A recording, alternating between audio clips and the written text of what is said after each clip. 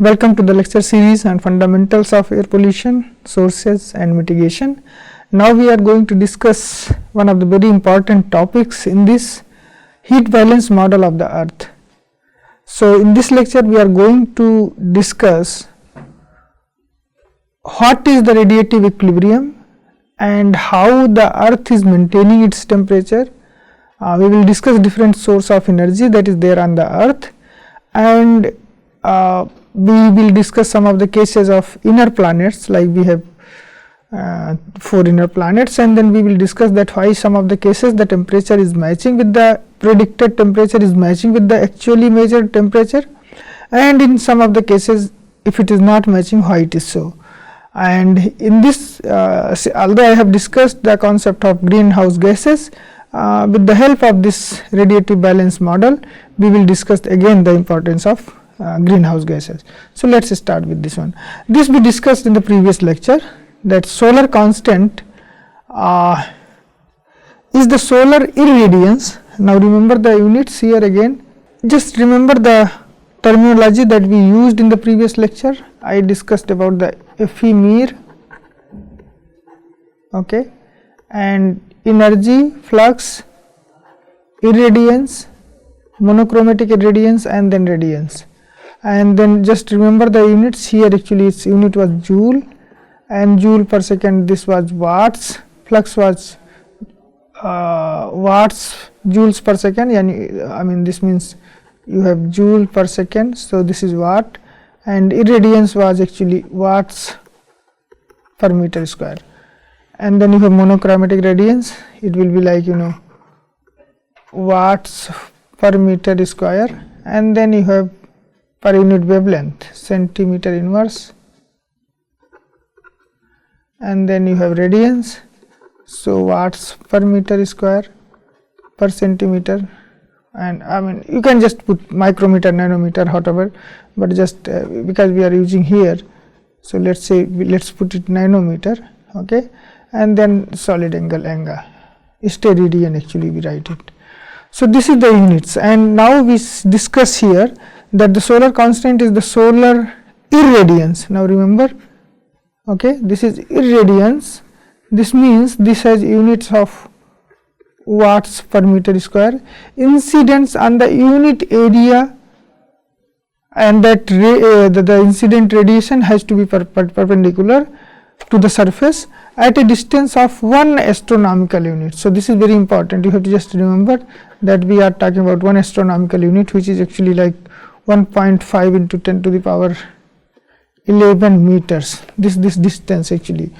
So, what is happening now? You have to, this means if sun is emitting, the radiation will be completely distributed in the sphere. If you just talk about, then it will be like this will be the area on which the solar radiation is falling on that one, okay. So, if you see the source strength of the suns here, like S, and if you just move from distance r and you keep the area same area, so this means the area will be same, and in this case the intensity at the surface of the sphere, whatever the falling on the surface of the sphere, okay, it will be actually S upon 4 pi r square, because 4 pi r square is as I discussed, we are discussing that it is actually like what do you call, sorry, this is the distance. So, you can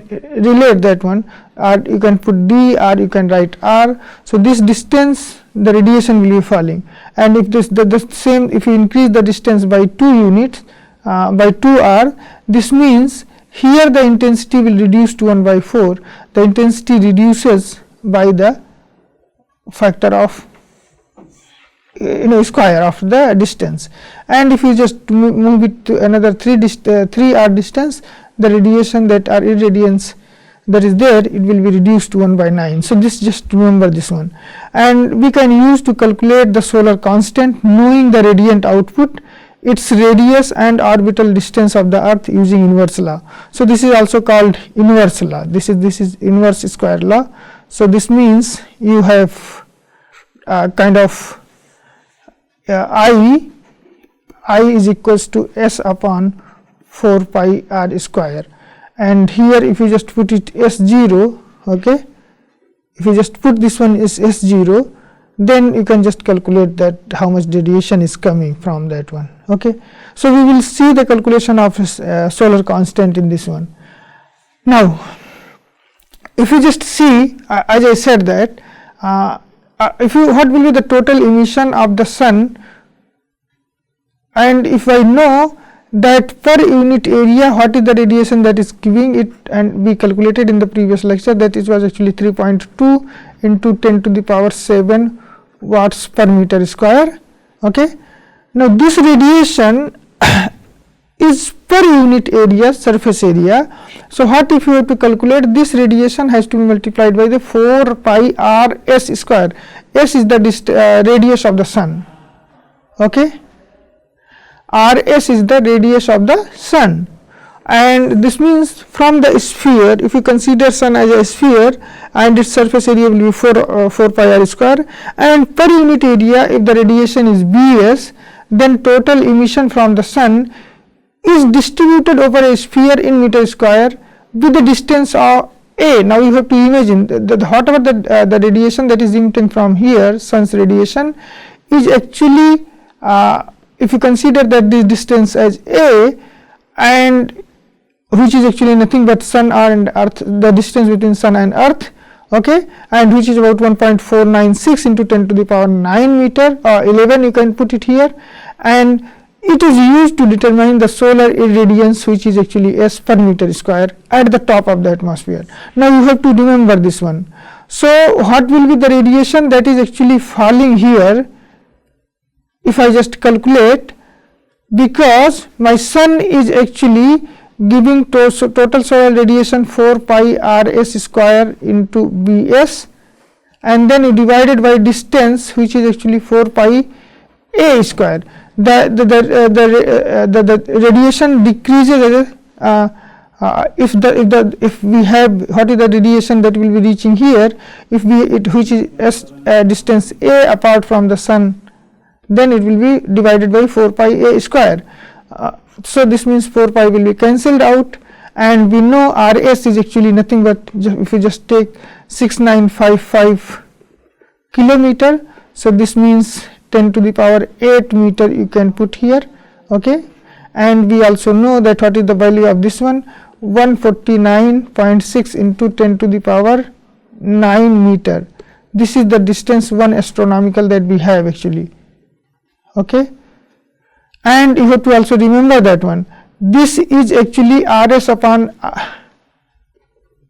this is, so you can just calculate this one square into B s, you can just put, and if you just put this value B s, you put you calculate this one and put P s 6.32 into 10 to the power 7 watts per meter square, you will get this value SRS0, which comes out to be about 1366 watts per meter square. So, it depends actually this value, and the current best estimate is about 1361 watts per meter square.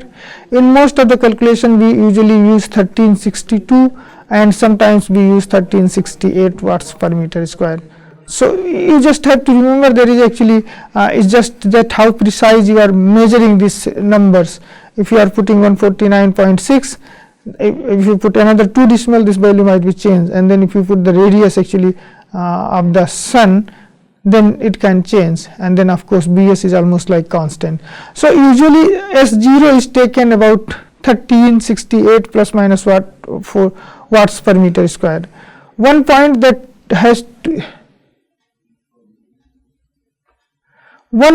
you have to remember, this is actually the incident solar radiation on the top of the atmosphere, okay, which is called solar constant, and some of the books they consider, and this is actually here what you call 4 pi r square you are taking, and because in the some of the cases the actual the area on which the what you call cross sectional area of the sphere on which the radiation will be falling, it will be actually 4 pi r square instead of 4 pi r square.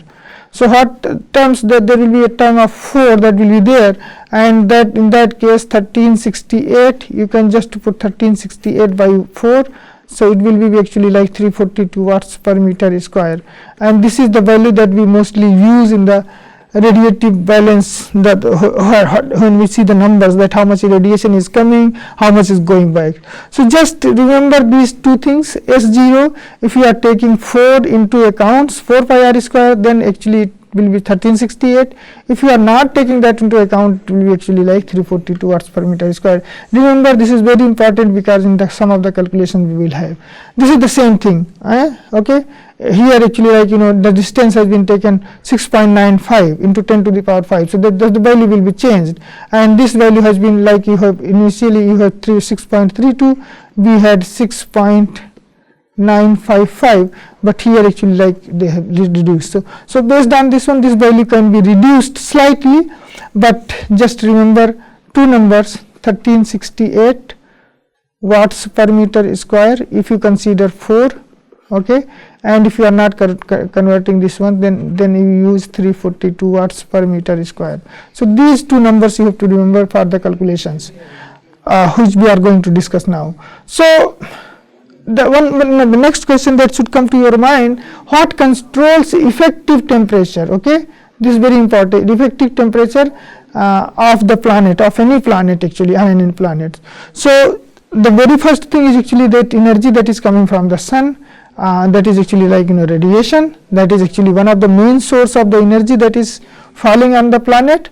And if you just consider 4 inner planets here of our solar system, so sun is here, very close to sun is actually the first will be Mercury, then you have Venus, then you have Earth, and then you have Mars. Okay, so these are the 4 planets that are there, actually inner planets we consider. And if you see their relative distance, it is given in astronomical unit. So just remember this one, because Earth has been considered as 1 astronomical unit. So Mercury is situated about 0.39 astronomical unit, Venus is 0.72, Earth is, as we discussed, 1, Mars is little away, it is actually 1.5 astronomical unit. Now what you see here is important, that we discussed that what is the energy that is falling on the sun, falling on the planet, is actually dependence on 1 upon d square, and d if you just take in the astronomical unit. So if you go from away from the planet, d will be increasing, so energy will be lower. So in this case you are expected to be, energy should be lower, and in the case of here the energy should have been higher. Let's see that one. And this is what actually Earth receives about 342 watts per meter square. Remember this number, I have taken care of 4 here, and this is actually solar, the question mark, that the variability is there, and that variability because of could be because of many things we are not going to discuss here. And as I said, that if you just do this scaling with 1 upon distance square, Mercury would have been receiving about 2250 watts per meter square.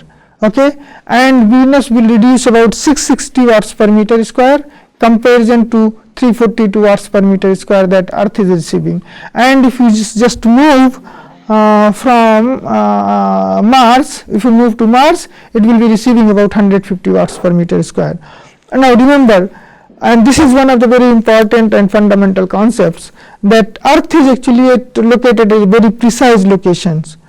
It is neither very close to the sun or neither far away from the sun, and because of this reason, the radiation that is falling on the falling from the sun on the Earth surfaces is so adequate that the temperature is very good, habitable. We will discuss this one.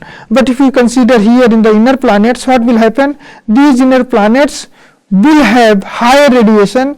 This means the atmosphere could be existing there, but that in that case, what will be that the gravity might be low actually. So our atmosphere may not exist at all. And similarly, in the case of Mars, the temperature must be cooler. So if you calculate here, if I just talk about temperature, if you just see about 15 degrees centigrade on the Earth, that an average temperature that is actually measured, this temperature should be less than 15 degrees centigrade.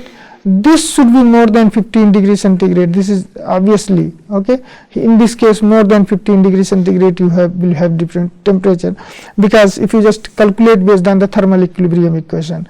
Now one very important, so this is actually the variation of the solar constant with the distance. So I gave the explanation now and the equation earlier, and now we have given the numbers. So now if you have to just calculate heat balance model of the earth, okay, and this explains how energy from the sun interacts with our planet. This is very important. So we mostly have energy from the sun, and this helps in maintaining a balance between incoming solar radiation and outgoing thermal energy. So this means there has to be balance between the incoming solar radiation and outgoing thermal radiation.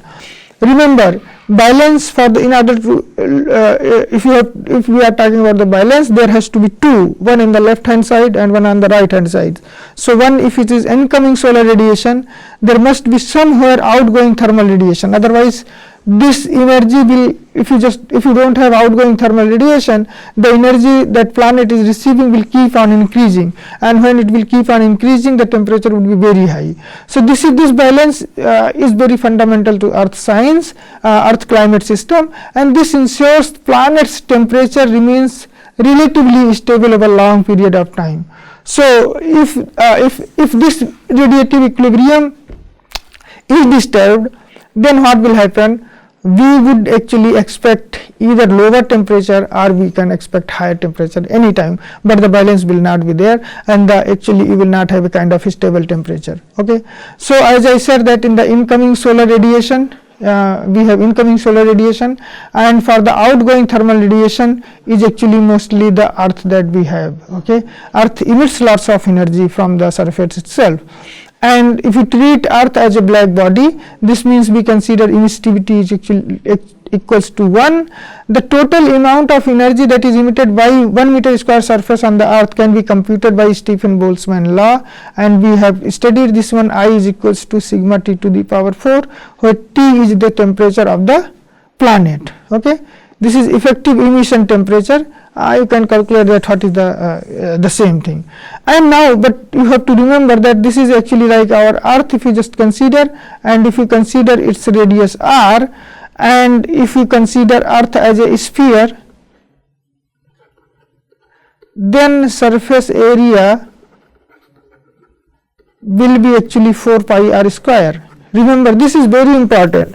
This is surface area will be used to calculate the outgoing radiation, and therefore the total amount of energy that is emitted by the earth is, now we are talking about this is actually, remember, it is in the watts per meter square, and when we are talking about this area, then it will be watts, okay, or joule per second. So it's actually, this amount is nothing but, you can say that flux, okay, flux of the radiation, and this what will be this one, then you can have actually 4 pi r square into sigma T to the power 4.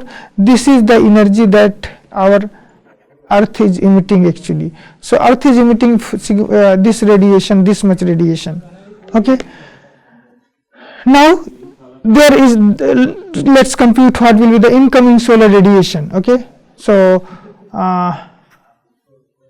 we know that on the earth's surface the sun emits electromagnetic radiation, and earth intercepts its energy over a cross sectional area. Remember, this is very important.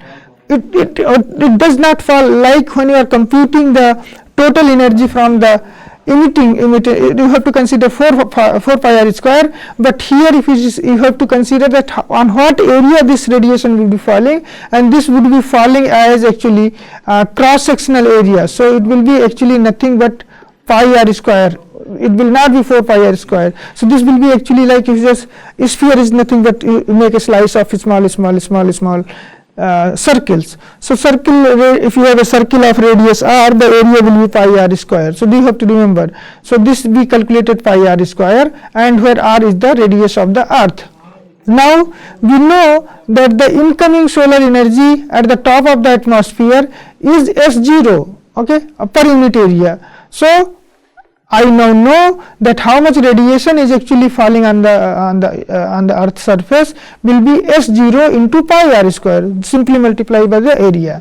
Now you have to remember another very important concept here. The sun's radiation is falling, which is coming S0. There is actually a reflection also. So alpha fraction is reflected back. So this means if it is S0, alpha S0 is actually reflected back, and what is actually coming on the Earth surface or in the atmosphere, that remains actually, because from the S0 minus alpha S0. So this will be only 1 minus alpha into S0. This will be the only energy that will be received by the Earth surface. Here actually we calculated this one is actually at the top of the atmosphere. Okay, so because in the presence of the clouds, aerosol particles, and then many other things that they reflect the radiation, and this alpha value is sometimes taken as 0.30 or 0.31. So this almost like 30% radiation is reflected back. Okay, so now you can consider what will be this one, and this has to be balanced by what it has to be balanced. So you have this area and you have to multiply by pi r square, because it is falling on the Earth surface, and it has to be balanced. You have Earth here, okay, that is emitting. Earth is emitting actually 4 pi r square into sigma t to the power 4. This is the energy that is there actually. So the total energy that is absorbed by the atmosphere is this one, and this absorbed radiation has to be balanced by the other things. And this is what is happening. So this means absorbed solar radiation, which is pi r square into 1 minus alpha S0, I calculated in the previous slides, and emitted terrestrial radiation by the Earth is actually 4 pi r square sigma t of the Earth to the power 4, and you can calculate this one. Pi r square will be cancelled out from here, and as I said that Earth albedo is actually taken as 0.31 or 0.3. We talk about the sun's temperature is about 5780 or 6000 Kelvin, sometimes we take it. So the temperature of the Earth will be 1 upon 4 sigma into 1 minus alpha S0, and we take 1 by 4th root of this one. This is the very fundamental equation, very premier equation if you have to understand the climate change and other things. So this equation you have to remember. And so now we have derived this equation. T effective is equals to 1 minus alpha S0 upon 4 sigma. You can write in this way also, and you can have like 1 by 4th power, and this will be T. So you can calculate this number. And so if you remember in these equations, there are actually for any planet there are only two variables. One is the what is the this one, actually this is variable 1 if I just say, and this is the another variable. There in this equation there are only two variables. Okay, none other things are not varying, they are actually constant. So when we say T effective means effective temperature because of the radiative balance condition, we assume here that there is this effective temperature is because of there is no atmosphere. Okay, and alpha is actually albedo, S0 is solar constant, and sigma is the Stephen Boltzmann constant. So let's calculate. So as I said that this equation has only two variables, and if you know for any planet these two, you can actually calculate the temperature. So let's do this one. Remember here in the previous section I talked about that if you take 342, you can just remove 4 from here in this equation. So here they have taken 1 by 4th of the S0 value. So you can write S is equals to 1 minus S into S 1 minus alpha upon sigma, and take 1 by 4th root for calculating the temperature. And when you have to, this temperature will be actually in the Kelvin. Okay, so this when you have temperature in the Kelvin, you can calculate in Celsius. You just subtract 273 degree from there, from Kelvin, measured Kelvin. So let's see how it goes. Okay, for Earth is at 1 astronomical distance. It receives about 342 watts per meter square. Albedo is 0.31, and this means what will be the net solar radiation? It will be actually 1 minus 0.31 into 342. So if you compute this one, it will be actually like 235, 236. Okay, and this becomes very important. If you just put these numbers in the previous this equation, what you will get? You will get temperature is about minus 19 degrees centigrade. You remember this will be in Kelvin, and then calculate, you can, number will be actually in the Kelvin, then you can calculate number in the Celsius.